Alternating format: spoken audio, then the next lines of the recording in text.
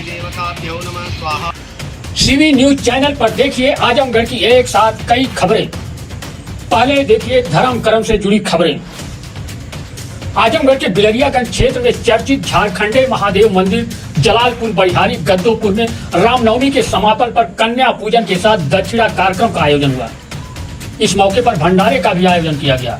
इस दौरान धर्म की जय हो, अधर्म का नाश हो, विश्व का कल्याण हो नारे के साथ जय मां दुर्गे व हर हर झारखंडे महादेव के उद्घोष से मंदिर परिसर गूंजता रहा। इस मौके पर लोगों ने सभी की बहन बेटियों की रक्षा, सम्मान और मदद करने का भी संकल्प लिया। इस मौके पर विश्व हिंदू परिषद के जिला कार्याध्यक्ष प्रभुनाथ सिंह पप्पू, जिला पंचायत सदस्य रामपाल सिंह, डॉक्टर विजय सिंह, समीर सिंह संजू, कन्हैया सिंह, लालजी सिंह, रामजीत पाठक, मंदिर के पुजारी नागेंद्र नाथ पांडे, अनिल दुबे सहित तमाम लोग मौजूद रहे।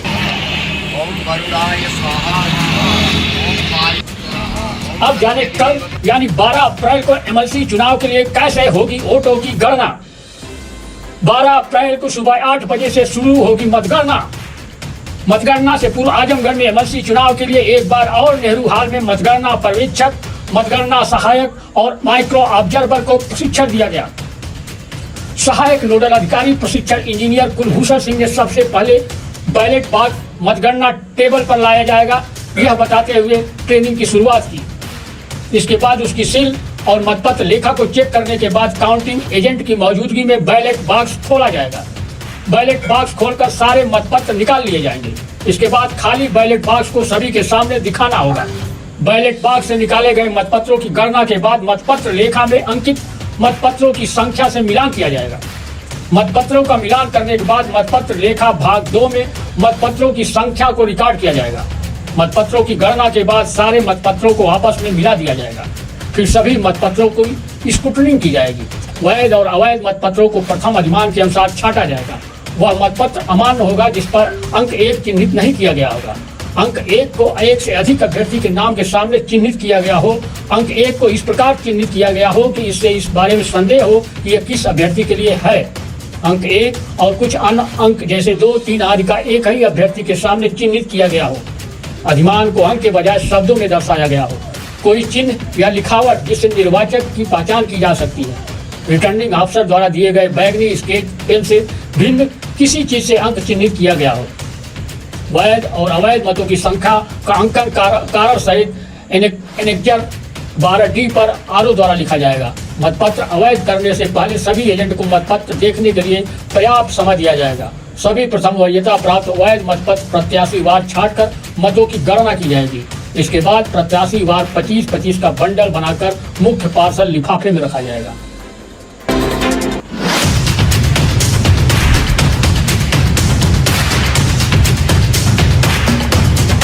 आजमगढ़ में पशुओं को ब्रुसेलोसिस बीमारी से बचाने की शुरू हुई कवायद।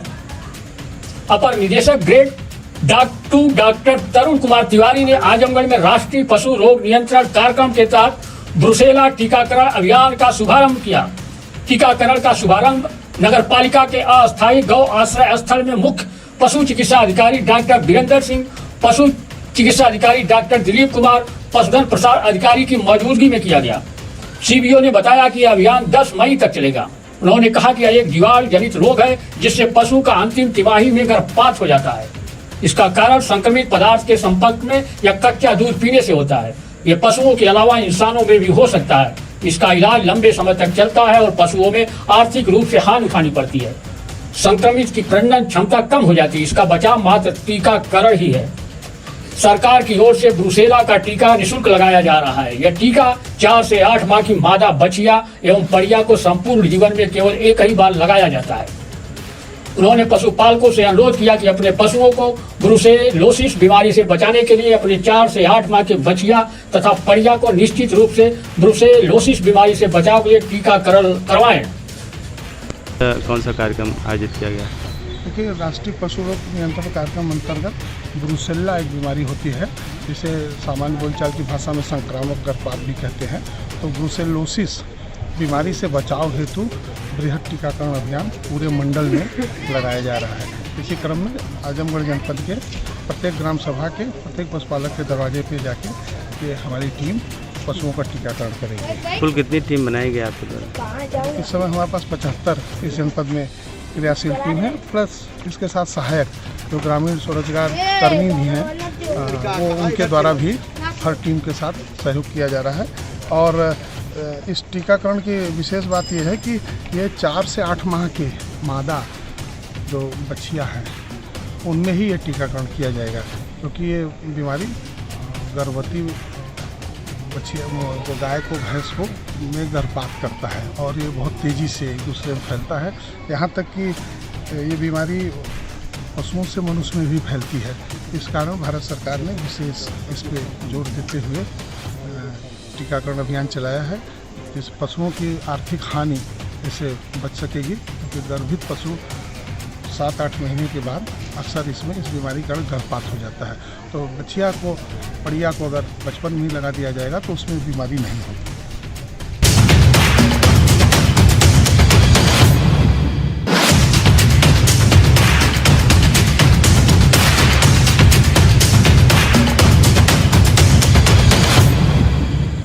और अब अंत में देखिए आजमगढ़ में गंगा की तर्ज पर हो रही तमसा मां की आरती।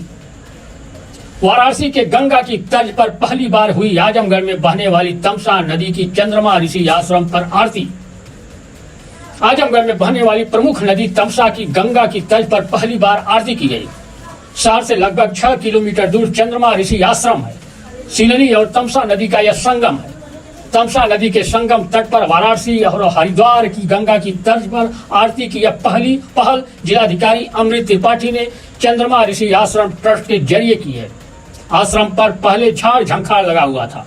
डीएम के आदेश पर ही ग्रामीण सफाई कर्मचारी पिछले 1 सप्ताह से संगम तट को चमका रहे थे। तभी तो आज यह आश्रम देखते ही उस समय सभी का मन मोह लिया जब गंगा की तर्ज पर आरती शुरू की गई। पहली बार इस तरह के आयोजन से तमसा नदी का आध्यात्मिक गौरव बनाए रखने की एक तरह से यह कोशिश की गई है। अब देखिए तमसा मां की आरती।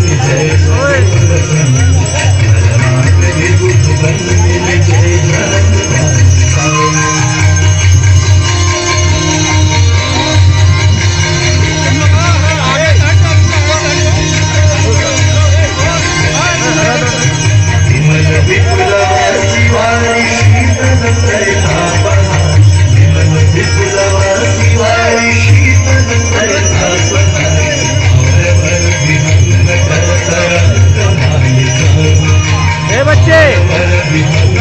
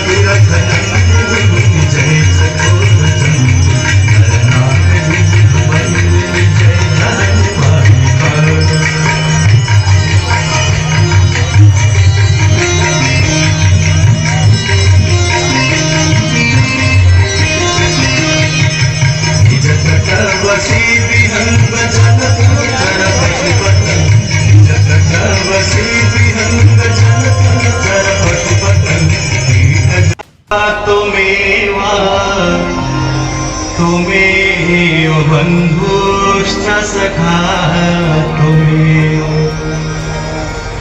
त्वमेव विद्या द्रविणं त्वमेव सर्वं मम देव मत बैठ जाए। हेलो भैया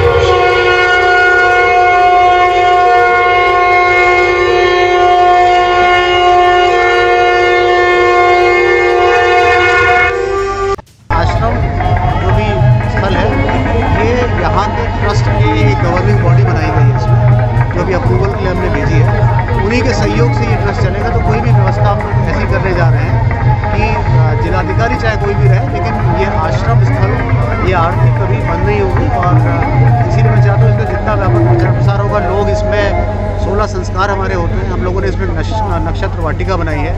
मैं सभी लोगों से ये अपील करूँगा, आजमगढ़ वासियों से, कि अपने जिस नक्षत्र में उनका जन्म हुआ है उस नक्षत्र का पेड़ एक लगा करके इस वाटिका में ज़रूर लगा दें और उसी को देख रेख में आए और उसी बहाने आप इस आश्रम का भी उद्धार कर सकते हैं और उस पेड़ के ज़रिए अपने नक्षत्र को भी आप फल फुला सकते हैं। तो मेरा यही उद्देश्य है कि इसको एक सांस्कृतिक हब हम बनाना चाहते हैं, एक संस्कृति का केंद्र बनेगा।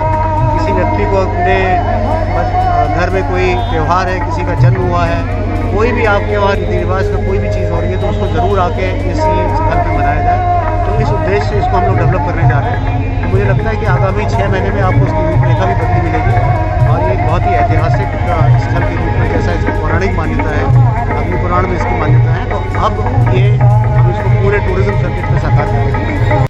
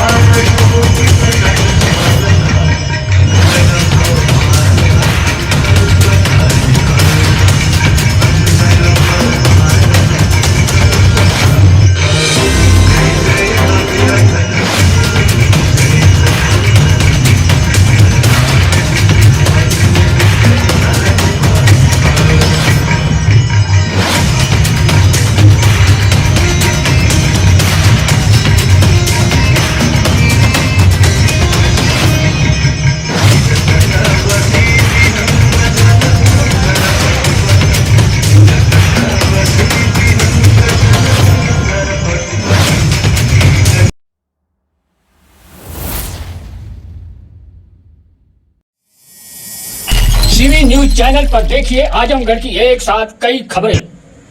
पहले देखिए धर्म कर्म से जुड़ी खबरें। आजमगढ़ के बिलरियागंज क्षेत्र में चर्चित झारखंडे महादेव मंदिर जलालपुर बड़िहारी गद्दोपुर में रामनवमी के समापन पर कन्या पूजन के साथ दक्षिणा कार्यक्रम का आयोजन हुआ। इस मौके पर भंडारे का भी आयोजन किया गया। इस दौरान धर्म की जय हो, अधर्म का नाश हो, विश्व का कल्याण हो नारे के साथ जय मां दुर्गे व हर हर झारखंडे महादेव के उद्घोष से मंदिर परिसर गूंजता रहा।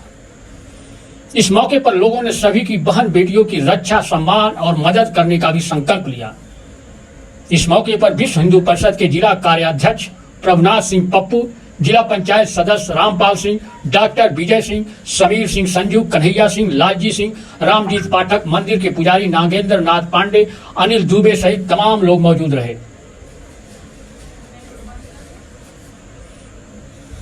अब जाने कल यानी 12 अप्रैल को एमएलसी चुनाव के लिए कैसे होगी वोटों की गणना।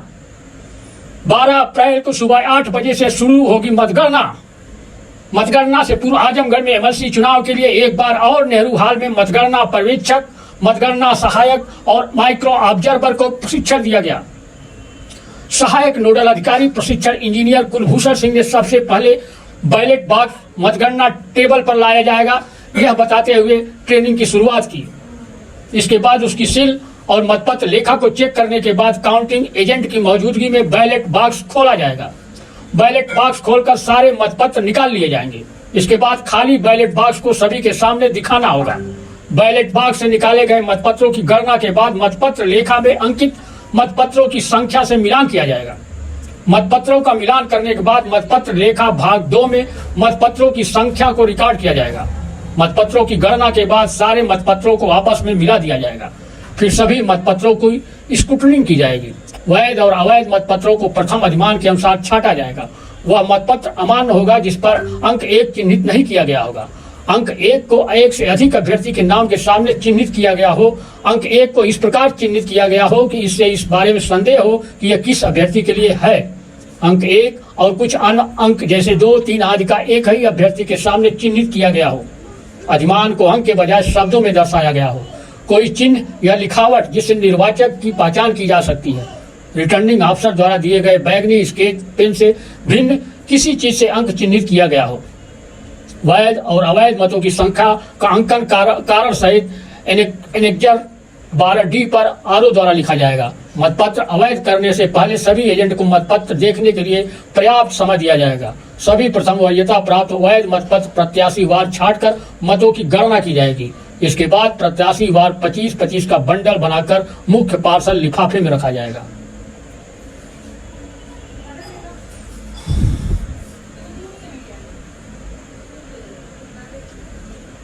आजमगढ़ में पशुओं को ब्रुसेलोसिस बीमारी से बचाने की शुरू हुई कवायद।